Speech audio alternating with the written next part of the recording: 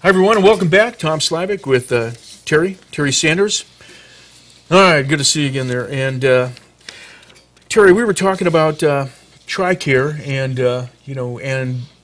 which is for retired GIs, right? They go through everything. They get retired. They get their card. They have a lot of good benefits. You stay there the whole time.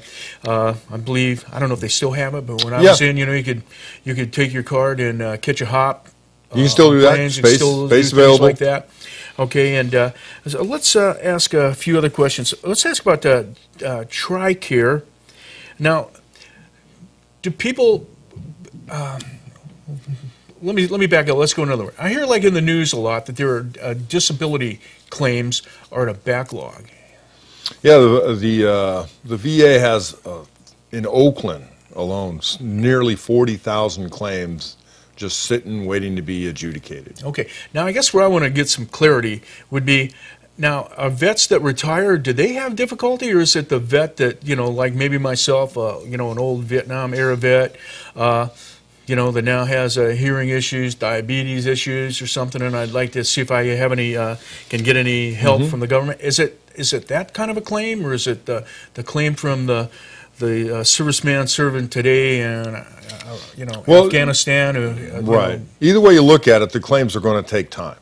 And I was just explaining to a veteran yesterday that the service members that are getting out now from Afghanistan or whatever, their claims are actually going to the top of the list. Okay. So they're getting their claims back in 9 months or a little longer. Whoa. Based on the number of issues that they have.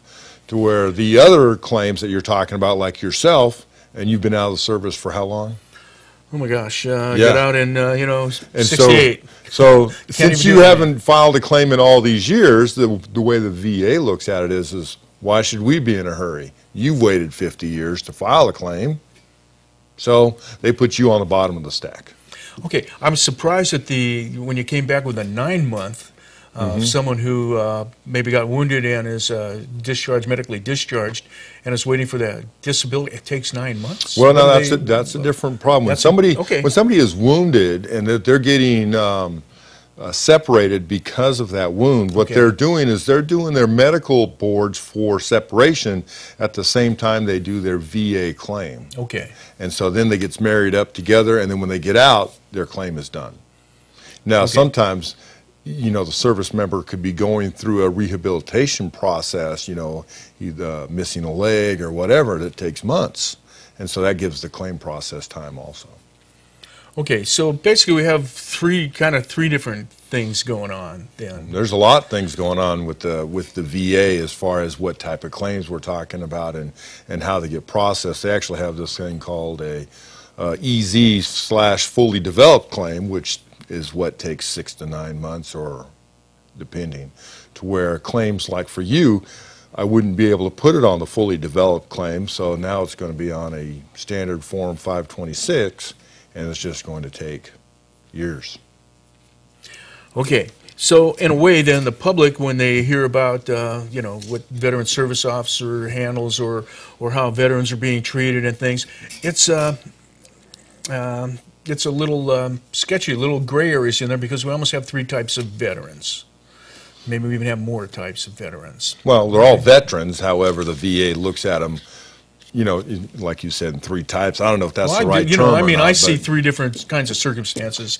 They're pretty easy to be able to put one in a category and another in another.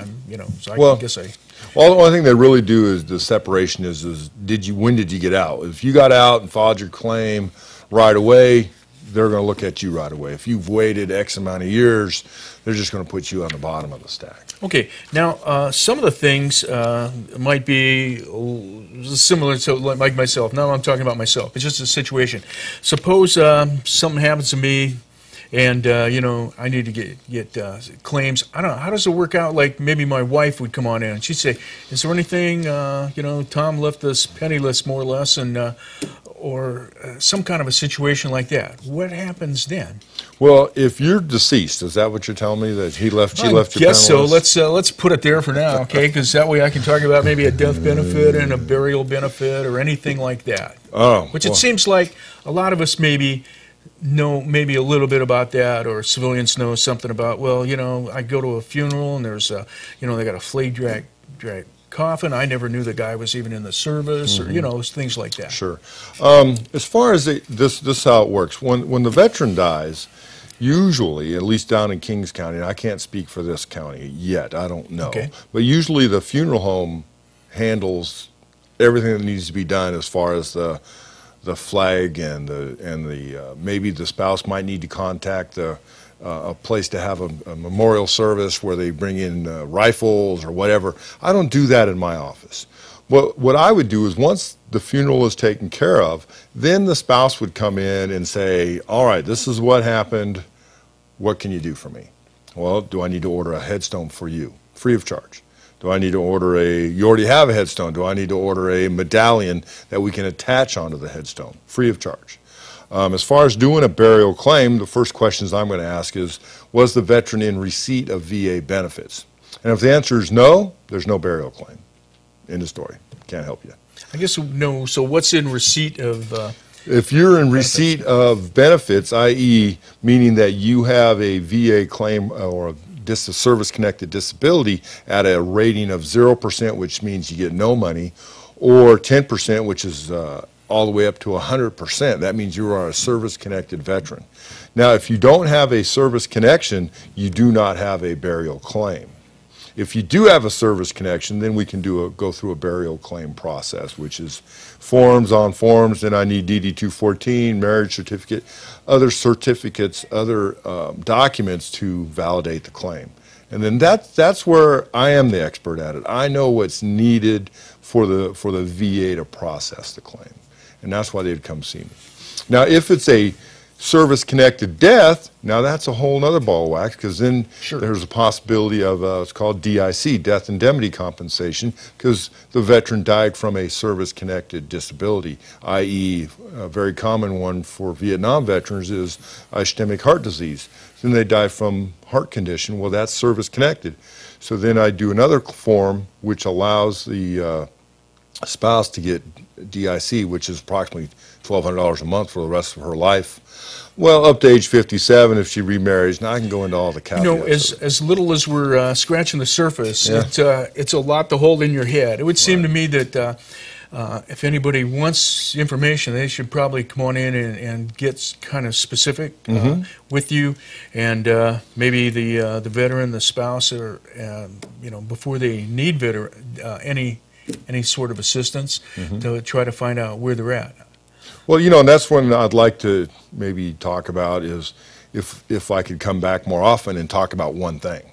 Let's talk about how to file a claim, or then let's talk about how to do this or how to do that, and then get into specifics for that one thing, because there's so much out there, you know. Okay, and I know sometimes there's radio programs on that I've heard where there's some sort of a person who's assisting people that are associated with vets or vets, and they maybe will be saying to a person's wife or something, that's saying, well, you know, you can stay in your home if you do this and that. And I'm only bringing up the vagueness because I don't have anything to write anything down as I'm listening, driving in the car, and I come back and I say, you know, I'm really not even sure what I heard. I was like, it sounded like there's some good things out there that maybe you should look into, but it only seems to be able to scratch the surface. So there's a lot of specific information that. Well, you know, like you had alluded to, that, you know, you had passed away and that you left your wife penniless. Well, there's also a non-service connected pension that we could go into, which is, again, a whole nother topic. Okay. Not only a burial claim, but there is a pension out there for the spouse. Okay, so there are things like that that most people don't know about. I think what I've used is GI Bill and to help me buy a house. The educational benefits. Great benefit. In fact, I have a Cal VA loan myself. Okay, now, okay, so we talked about the backlog of claims. Could that be? Why is it so slow? That's a good question, and I'm going to take the best stab at it I can, and it's because the process just takes so long. You send in a claim, and just because you say you were exposed to Agent Orange, well, they got to verify it. Or, PTSD. I mean, there's a whole process in order to get anything service connected. And so the person that's got your claim has to check all these databases and find out this, find out that. Maybe they need to set you up for doctor's appointments, so they send you. And the VA Oakland is not a hospital, so they send you appointment to Mather. And so they schedule your appointment, the doctor sees you, and then they send all that paperwork back to Oakland. And then when they received it at Oakland, now it goes back on that guy's desk, and it's just the process is just. And then once that person makes a decision that's not finalized, now it goes to a quality assurance team. You got the idea now, right? How long this takes. All right, I do. And I also have a great idea of how complicated everything is, and how probably all of the issues need to be talked about specifically. Generally, it's just sounds like just a giant thing. It is. It really is. And understand, these people that have this job, you just can't hire one person off the street and expect them to be up to speed on how to do this. No. So. Okay, and we're glad that you come here with some experience. And I want to take you up here right on the air of saying, sure, we'll have you back, and we'll let you decide specifically what it is you'd like to talk about, and so you can bring all the clarity that these issues need, and also so that the vets can get all of the benefits that they so rightly deserve, and for doing such a magnificent job here defending our country. Okay. Well, thank you. Terry, I'm glad you're on the job, and thanks for welcoming me. Okay, and we'll have you back. So thanks for watching TSPN, and we'll see you again next time. You're watching Amador County's local television network, TSPN.